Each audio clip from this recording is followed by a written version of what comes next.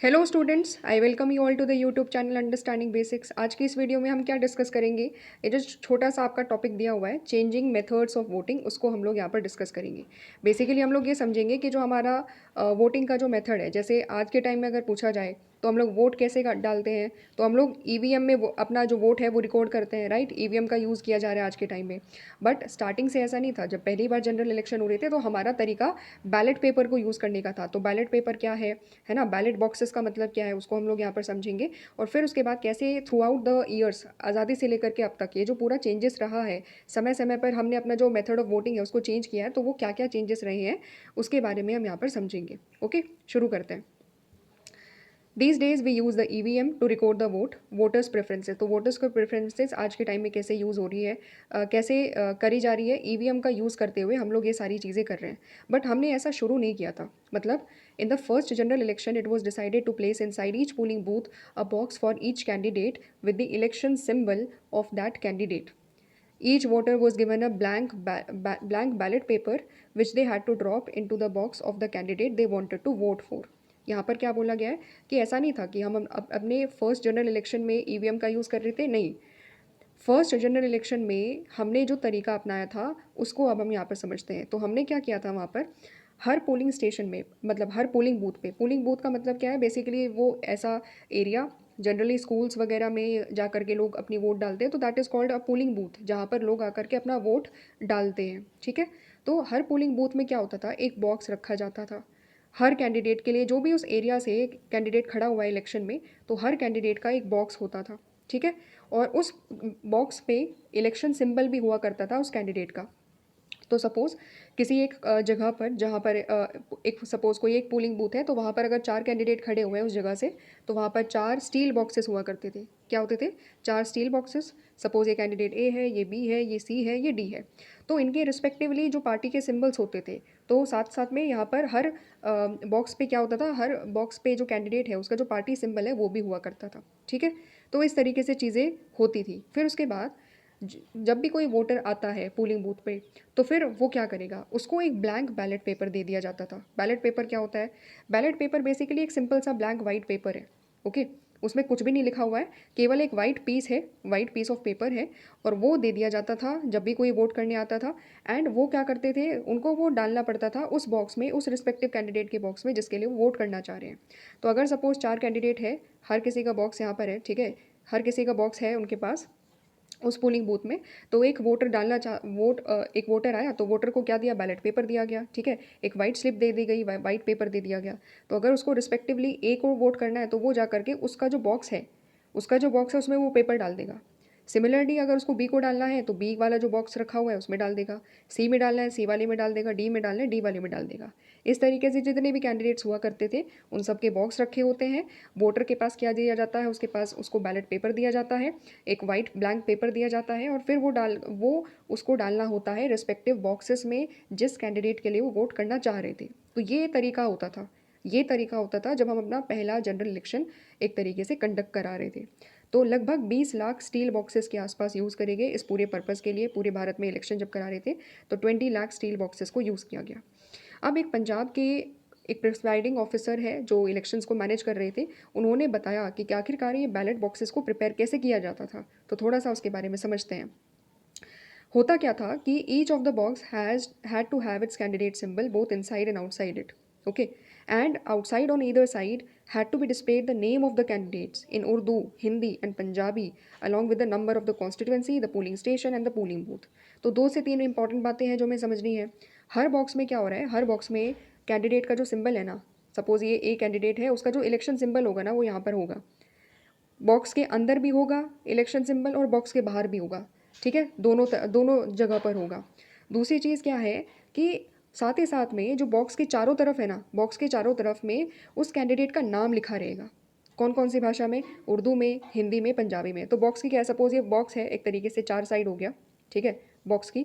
तो चारों तरफ उस कैंडिडेट का नाम लिखा रहेगा, ठीक है, चारों तरफ कैंडिडेट का नाम लिखा रहेगा, और वो भी 3 भाषाओं में उसका नाम लिखा रहता है।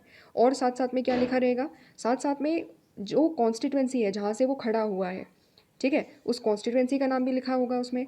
जिस पोलिंग स्टेशन में उसका वो रखा हुआ है, बॉक्स रखा हुआ है, उस पोलिंग स्टेशन का नाम भी लिखा हुआ होगा और पूरा पोलिंग बूथ का नाम भी लिखा हुआ होगा।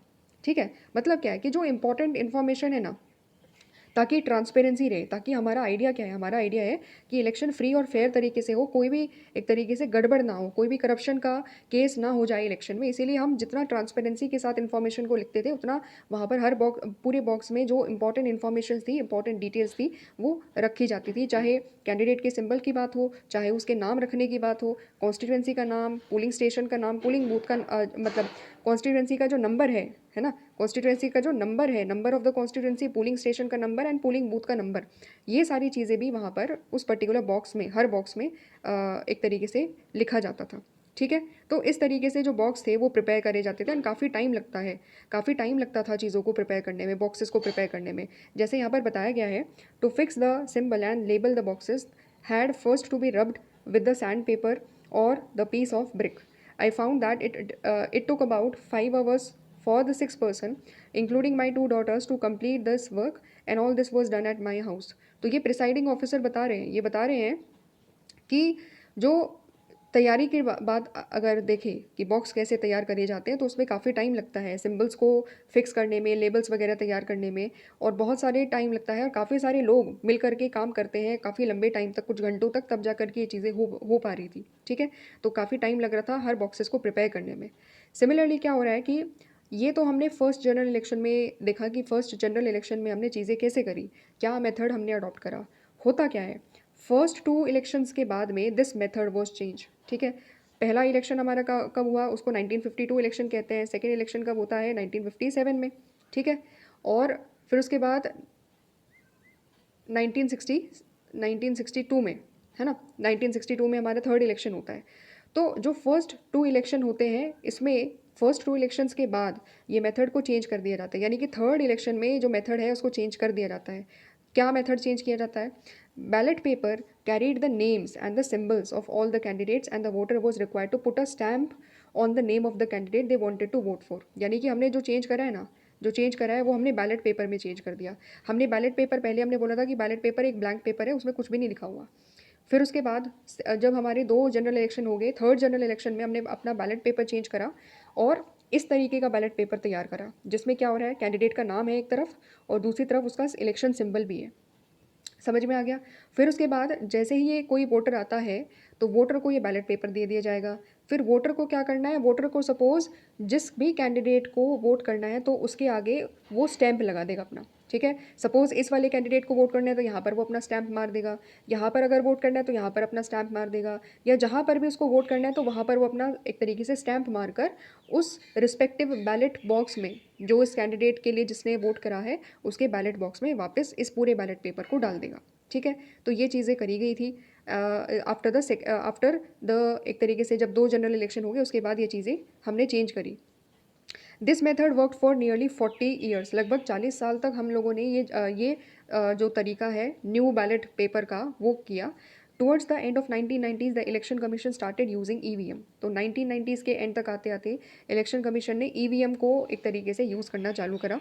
एंड 2004 में क्या होता है, by the year 2004 the entire country had shifted to EVM. ये एक इंपॉर्टेंट क्वेश्चन बन सकता है एग्जाम में कि कौन से ईयर में, कौन से जनरल इलेक्शन में, इंडिया के कौन से जनरल इलेक्शन में जो है ईवीएम का यूज़ किया गया था ऑल ओवर इंडिया के लेवल पर। तो जो 2004 में हमारे जनरल इलेक्शन हुए थे, लोकसभा इलेक्शंस हुए थे, उसमें क्या होता है, ईवीएम का यूज़ किया जाता है। ओके, पूरी कंट्री में एक तरीके से ईवीएम का यूज़ किया जाता है। तो इस तरीके से आप ईयर याद रख सकते हो। एंड एंड ऑफ 1990s में इलेक्शन कमीशन ने थोड़ा थोड़ा ईवीएम्स को यूज़ करना चालू करा, बट कंट्री लेवल पर कब हुआ, पूरी कंट्री लेवल पर जब 2004 में जनरल इलेक्शन हो रहे थे इंडिया के, तब जा कर के ये चीज़ इस्तेमाल होती है, तब जा कर के ईवीएम को हम पहली बार ऑल ओवर द कंट्री में इस्तेमाल करते हैं। ओके, तो ये एक इंपॉर्टेंट चीज़ है। ईवीएम तो आपने देख ही रखा है, और ये हमारा बैलेट पेपर है। तो स्टार्टिंग में सिंपल ब्लैंक बैलेट पेपर है जो बॉक्स में डालना होता था जिस भी रिस्पेक्टिव कैंडिडेट को वोट करना चाह रहे थे। फिर उसके बाद क्या हुआ, जब 2 जनरल इलेक्शन हमने इस तरीके से इस मेथड से हमने सॉल्व करा, इस मेथड से हमने वोटिंग करी। फिर उसके बाद जो थर्ड हमारा इलेक्शन था, थर्ड इलेक्शन से ऑनवर्ड से हम लोगों ने बैलेट पेपर ऐसा अडॉप्ट करा जिसमें नाम लिखा हुआ है एक तरफ, और एक तरफ इलेक्शन सिंबल लिखा हुआ है। और फिर उसके बाद उसमें क्या करना है, उसमें एक तरीके से स्टैम्प मारना है वोटर को कि किस पर्टिकुलर कैंडिडेट के लिए वोट करना चाहते हैं। इस तरीके से हमने उसको लगभग 40 ईयर्स के लिए यूज़ किया है। और फिर फाइनली हम लोगों ने 2004 में ऑल ओवर द कंट्री हमने क्या करा, ईवीएम को अडॉप्ट करना चालू करा, ईवीएम को हमने यूज़ करना चालू करा। और आज भी हम लोग क्या कर रहे हैं, ईवीएम को ही यूज़ कर रहे हैं। ओके, तो अब क्या करना है आपको, अपने जो एल्डर्स हैं आपकी फैमिली में या आपके नेबरहुड में, उनका जो एक्सपीरियंस रहा है इलेक्शन में पार्टिसिपेट करने का, उसके बारे में कुछ इंपॉर्टेंट क्वेश्चंस आप पूछ सकते हो। अगर आपके फैमिली मेम्बर्स हैं ऐसे जो काफ़ी एक तरीके से दादा दादी या फिर नाना नानी ही इन सब चीज़ों के बारे में बता सकते हैं, तो इनसे आप पूछ सकते हो। पहली चीज़ क्या है, did anyone vote in the first और the second general election, who did they vote for and why. तो क्या किसी ने आपके फैमिली मेम्बर्स में से किसी नेबरहुड ने किसी फर्स्ट या सेकेंड जनरल इलेक्शन में वोट करा है, पार्टिसिपेट करा है? अगर हाँ, तो किसके लिए वोट किया था और क्यों वोट किया था, कैसे डिसाइड किया कि भाई किसके लिए वोट करेंगे? दूसरी चीज़, is there someone who has used all the three methods of voting. क्या कोई ऐसा है जिन्होंने ब्लैंक बैलेट पेपर वाला मेथड भी यूज़ करा, फिर उसके बाद ऐसा बैलेट पेपर वाला जिसमें सिंबल भी है, इलेक्शन सिंबल है, नाम है, वो वाला यूज़ किया, और ईवीएम को भी यूज़ करा हो? मतलब क्या कोई ऐसा इंसान है जिन्होंने तीनों मेथड्स को यूज़ करते हुए वोटिंग करी हो? एंड तीसरी चीज़ क्या है, और इसमें ये भी पूछना है कि उनको कौन सा ज़्यादा मेथड जो है बेटर लगा। तीसरी बड़ी चीज़ है, in which way do they find the election of these those days different from the present one. और किस तरीके से आज के टाइम में जो इलेक्शन हो रहे हैं, वो जब पहली बार इलेक्शन हो रहे थे या उस समय जो इलेक्शन हो रहे थे, वो कैसे अंतर है, दोनों मेथड ऑफ वोटिंग में क्या अंतर है, क्या वोटिंग के पूरे प्रोसेस में अंतर है। ये सारी चीज़ें भी अगर कोई आसपास कोई आपके ऐसा कोई है इंडिविजुअल जो ये इन्फॉर्मेशन दे सकता है, तो आप इन सब के बारे में उनसे पूछ सकते हैं। ठीक है, तो ये छोटा सा इंपॉर्टेंट टॉपिक था जिससे कुछ इंपॉर्टेंट क्वेश्चन आ सकते हैं कि हमारा मेथड कैसे चेंज हुआ, पहला मेथड क्या था, फर्स्ट जनरल इलेक्शन में हमने कौन सा मेथड अडॉप्ट करा, ये सारी चीज़ें आ सकती है। एंड कब हमने अपने ऑल ओवर कंट्री में ईवीएम को यूज़ करा, तो वो इंपॉर्टेंट ईयर हो सकता है जो सीयूईटी में भी पूछा जा सकता है और बोर्ड एग्जाम में भी पूछा जा सकता है। तो इस तरीके से ये वाला टॉपिक हो जाता है कंप्लीट। मिलते हैं नेक्स्ट वीडियो में। Thanks for watching.